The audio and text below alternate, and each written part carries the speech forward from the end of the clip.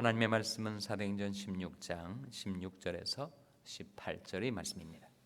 우리가 기도하는 곳에 가다가 저 많은 귀신 들린 여종 하나를 만나니 저무로 그 주인들을 크게 이야기하는 자라.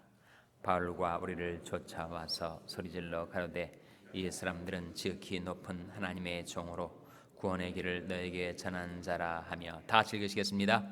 이같이 여러 날을 하는지라 바울이 심히 괴로워하여 돌이켜 그 귀신에게 이르되 예수 그리스도의 이름으로 내가 내게 명하노니 그에게서 나오라 하니 귀신이 즉시 나오니라.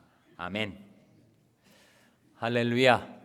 서로에게 평강의 복을 기원하는 마음으로 샬롬 인사 나누시기 바랍니다. 샬롬. 샬롬. 월요일 새벽 기도에 잘 나오셨습니다. 월요일 새벽 기도 나오시기가 제일 어려우실 텐데도 굴하지 않으시고 뒤로 물러가지 않으시고 용감하게 월요 새벽 기도에 잘 나오셨습니다. 오늘 본 말씀에는 특이한 사건이 벌어집니다. 그것은 바울이 귀신 들린 여종을 만나서 그 여종에게 들린 점치는 귀신, 앞날의 기륭을 말해주는 그 귀신을 쫓아내 버리는 사건이 벌어지고 있습니다. 우리 16절 말씀 한번 더 읽겠습니다. 16절 말씀 시작. 우리가 기도하는 곳에 가다가 저 많은 귀신 들린 여종 하나를 만나니 저무로 그 주인들을 크게 이야기하는 자라. 우리가 누구를 가리킬까요? 바울의 선교팀, 바울과 실라, 누가가 사도 바울의 선교팀에 언제 조인했는가? 성경은 사도행전 16장부터라고 시사를 해주고 있습니다. 한 번도 누가라는 이름이 나타나질 않지만 누가가 바울의 선교 일행이 되는 것입니다. 사도행전은 누가 기록했죠? 누가가 기록했습니다. 누가복음은 누가 기록했죠? 누가가 기록을 했단 말이에요. 근데 자기가 기록한 책이 자기를 드러내질 않아요. 누가는 정말 직업적으로는 의사였지만 그리고 탁월한 신앙적인 탁견, 희안을 지닌 인물이었지만 정말 겸손한 자여서 자기를 별로 드러내질 않습니다. 그래서 자기가 언제 바울이 이 세계 1차, 2차, 3차에 걸친 선교팀에 조인했는지를 자기는 드러내지 않으면서 사실은 알리고 있습니다. 성경적으로는 그것을 The We Passage라고 하는 것인데 우리 문구, 우리 문단이라고 알려지는 언제부터 그들이라는 3인칭 복수가 우리라는 1인칭 복수로 바뀌어졌는가? 그것은 바로 사도행전 16장부터고 그것은 바로 이때부터 누가가 바울이 선교팀에 조인을 했구나라고 하는 것을 시사해 주는 거죠. 그래서 16절에 우리가라고 할 때 우리는 바울과 누가와 그 일행을 말합니다.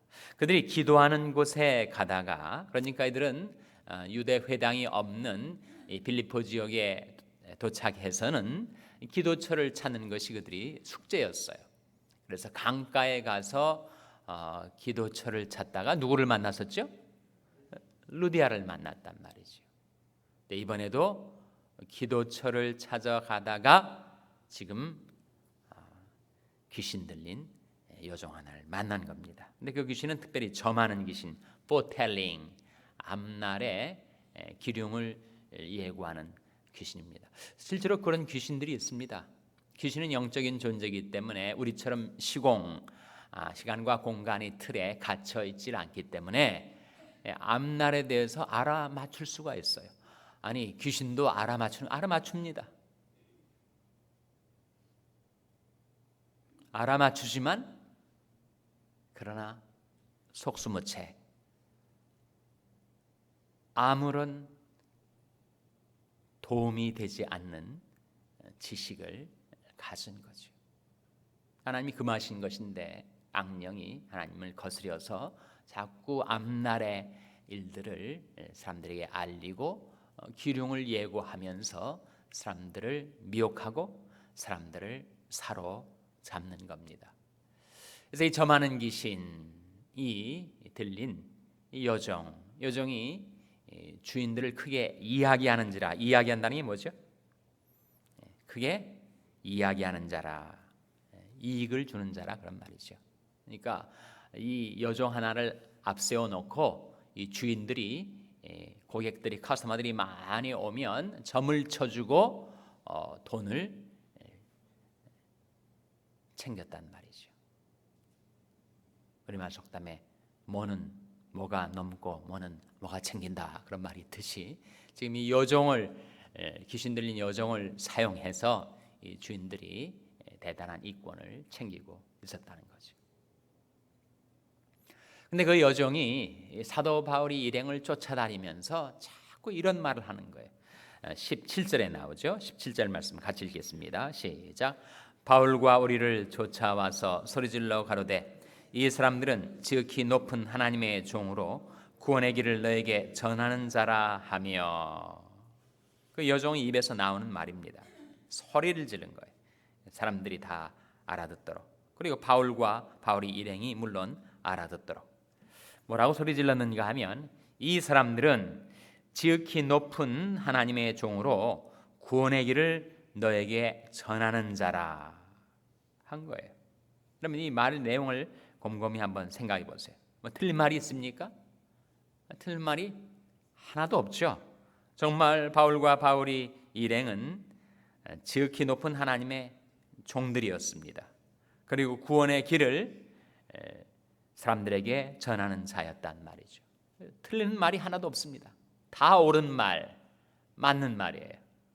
더군다나 사람들에게 이 사람들 말을 잘 들으면 구원받을 거다 그렇게 얘기하는 거니까 그건 뭐 바울이 시키지도 않아도 지금 바울이 하고자 하는 일을 앞서 행해주는 거 아니에요? 그 말이 틀린 내용이 없고 또 그 말이 바울이 사역에 도움을 줄 것 같은데 바울의 반응은 정반대였어요. 바울의 반응은 19절에 18절에 이렇게 나옵니다. 이같이 여러 날을 하는지라 바울이 심히 괴로워 돌이켜. 심히 괴로워했단 말이에요. 바울이 왜 이렇게 심히 괴로워했을까요? 그것은 악령이 그 연약한 한 여자아이를 사로잡아서 하수인으로 만들고 그 영혼을 멸망으로 사로잡아가는 것, 그것이 딱하고 괴로운 일이었겠죠. 뿐만 아니라 지금 여종이 하는 말이 아무리 지당한 말이라 하더라도 그 말이 지금 누구를 통해서 나오는 말입니까? 성령을 통해서 나오는 말이에요? 악령을 통해서 나오는 말이에요? 악령을 통해서 나오는 말이었단 말이죠. 내용은 옳을지 몰라도 그것은 악령의 지절거리는 소리였다는 겁니다. 성령 충만한 사도 바울의 심령에는 그것이 너무 고통스럽고 괴로운 거예요. 그래서 그것을 축사하기로, 그 사기를 쫓아내기로 바울이 결심을 한 겁니다. 여기에서 우리는 매터와 매너를 구별할 필요가 있습니다. 매터라는 것은 일, 내용을 말하죠. 매너라는 것은 일의 진행 방식, 방법을 말합니다. 매터가 아무리 옳아도 매너가 잘못되면, 내용이 옳아도 그 내용이 진행 방식이 잘못되면 그건 문제가 있는 거죠.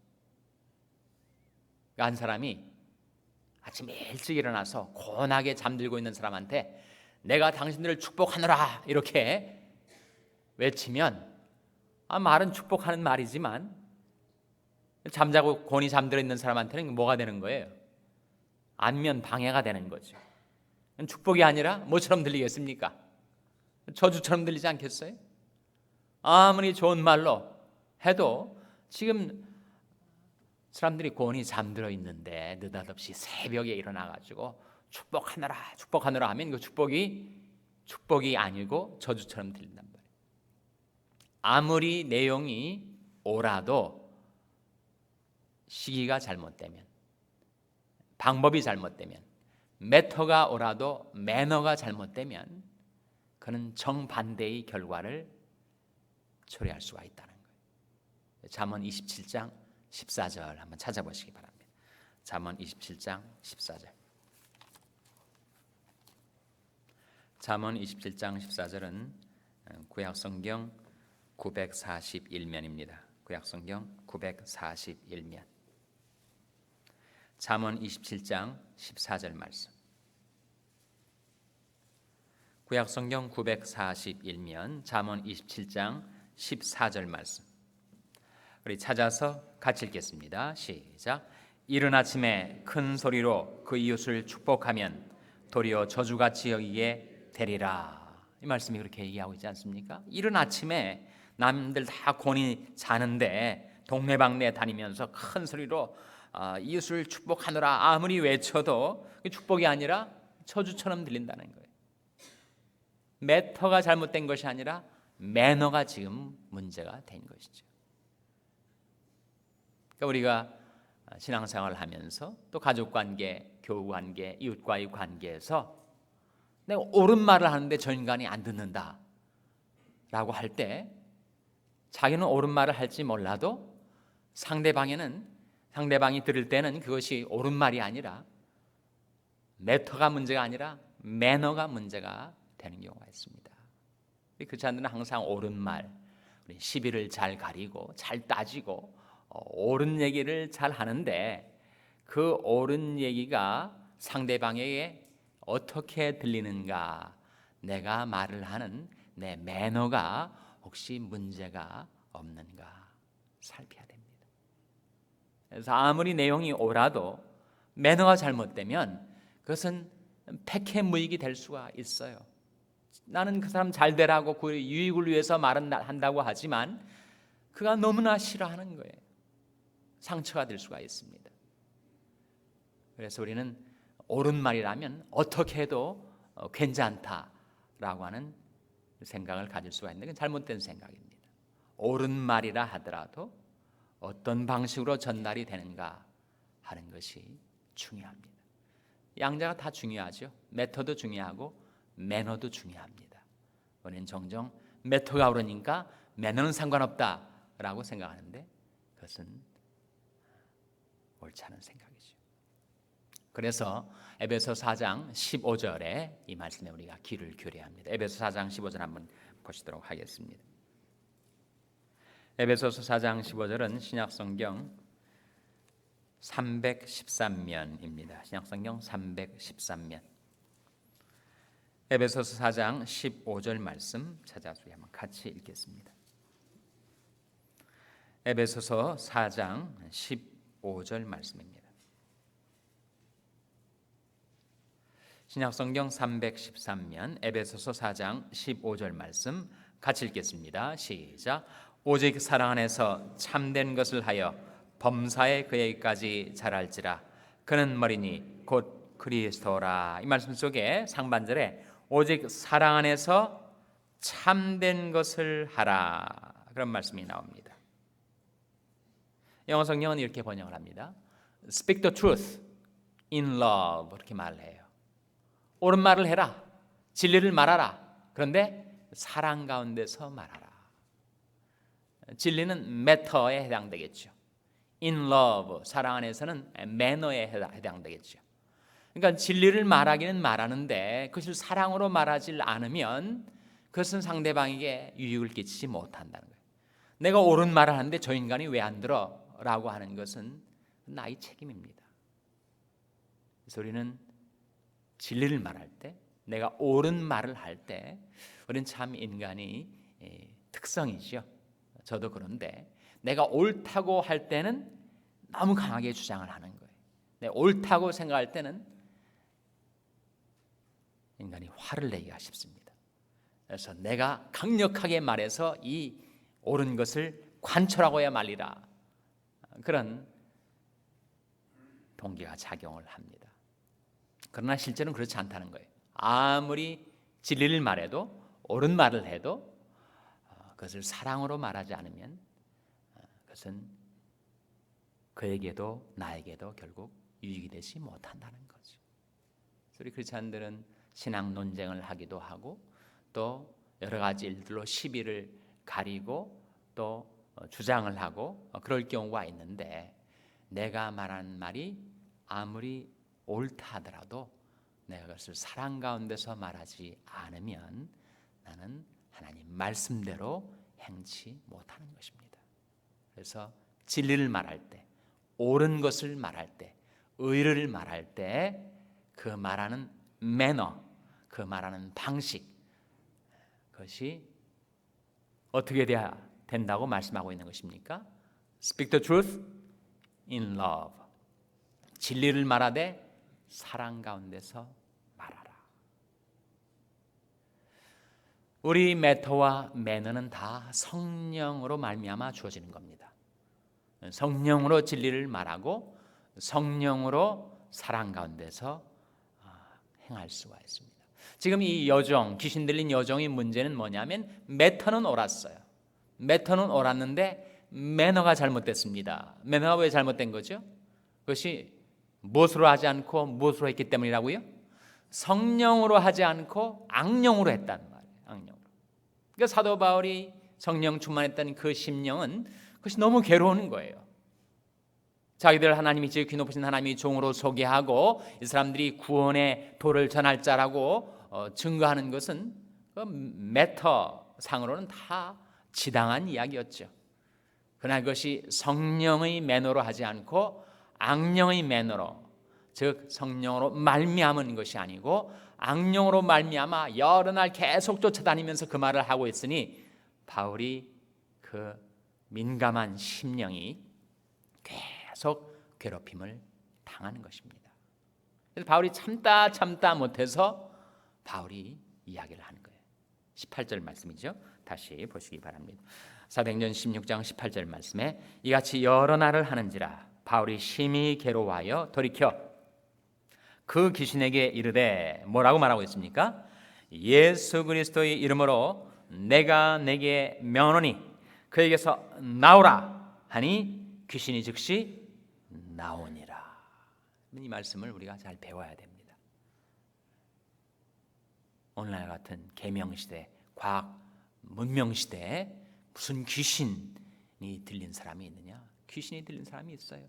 Demon possession, 귀신에 사로잡혀서 그 마음속에 자기 인격 말고 다른 인격이 들어와 가지고 마치 인격이 두 개 있는 것처럼 이랬다 저랬다 변덕이 심하고 우유부단하고, 그리고 자기가 하고 싶은 거 못하고 악령이 그를 사로잡아 괴롭히는 그런 경우가 있단 말이에요.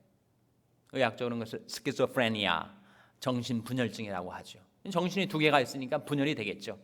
한쪽은 이쪽으로 가려고 하고 한쪽은 저쪽으로 가려고 하니까. 모든 정신병이 다 악령으로 말미암은 것인가? 그걸 말하는 것은 아닙니다.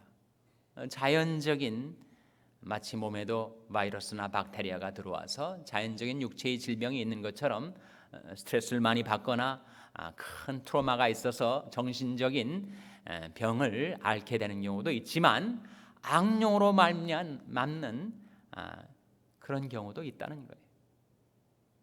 그래서 악령에 시달리고 악령에 사로잡혀서 고통을 당하는 자를 구제해 주려 할 때 어떻게 구제하는가 하는 그 방법을 우리가 배울 수가 있는 거예요. 예수님께서도 이 세상에 계실 때 악령에 사로잡혀서 고통을 당하는 자들, 간질병 귀신이든 또는 말 못하게 하는 벙어리 귀신이든 사람을 인격 파산자로 만드는 이 더럽게 하는 귀신이든 귀신 들린 자들을 많이 쫓아내 주시고 자유케 해 주시고 치료해 주셨습니다. 근데 주님께서 어떻게 귀신을 쫓아내는가 복음서에 보시면 이렇게 말씀하십니다. 내가 내게 명하노니 그에게서 나오고 다시 들어가지 말라, 이렇게 말씀하신단 말이에요. 주님이 축사 방식입니다. 근데 우리는 어떻게 그것을 본받아서 나도 귀신한테 내가 내게 명하노니 그에게서 나오라. 그러면 귀신이 들을까요, 안 들을까요? 귀신이 안 듣습니다. 왜 안 듣는 거예요? 예? 예수 그리스도의 이름으로 명하지 않으니까. 인간이 내게 무슨 권세가 있다고 귀신이 내 말을 듣겠어요? 귀신들은 오직 예수 그리스도의 이름 앞에 부복하고 항복하고 쫓겨져 나가는 존재들인데, 내가 아무리 능력이 있는 것처럼 착각해서 아무리 내가 호통을 치고 외쳐도 비웃습니다. 오직 예수 그리스도의 이름으로 명할 때. 그래서 바울이 지금 귀신을 쫓아내는 바울과 같은 능력 많은 사도도 그가 축사할 때 이렇게 말을 했습니다. 예수 그리스도의 이름으로 내가 내게 명하노니 그에게서 나오라. 그래서 여러분, 살아가시다 혹시 귀신에 들려서 또 악령의 괴롭힘을 당하는 사람들을 위해서 기도하실 때 시공간은 별로 문제가 되질 않아요. 얼만큼 그와 나와 떨어져 있는지 문제가 되지 않습니다.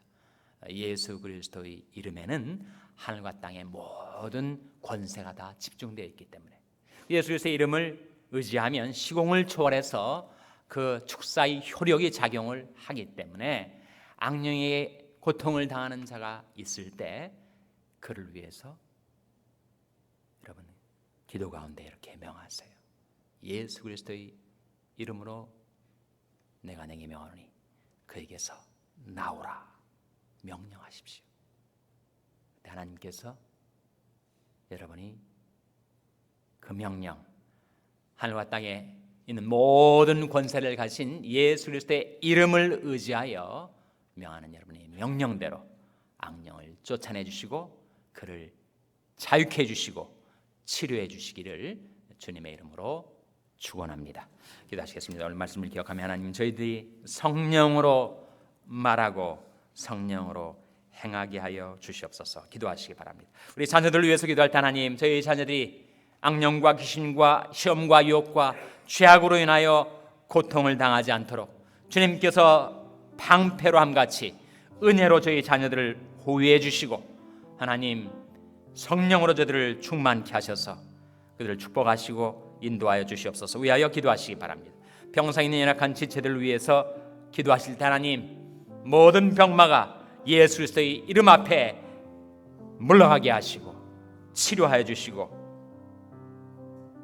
건강한 몸을 회복시켜 주시옵소서. 위하여 기도해 주시기 바랍니다. 우리 샬롬교회를 위해서 기도할 때 하나님, 샬롬교회가 성령의 능력 가운데 행하는 교회가 되게 해달라고 기도해 주시기 바랍니다. 여러분의 생업을 위해서 기도하시고 브라질의 김영철 선교사님을 위해서 기도해 주시기 바랍니다. 하나님, 저희를 성령으로 충만케 하셔서 사명 감당케 하여 주시옵소서. 이런 제목들로 우리 합심해서 기도하겠습니다.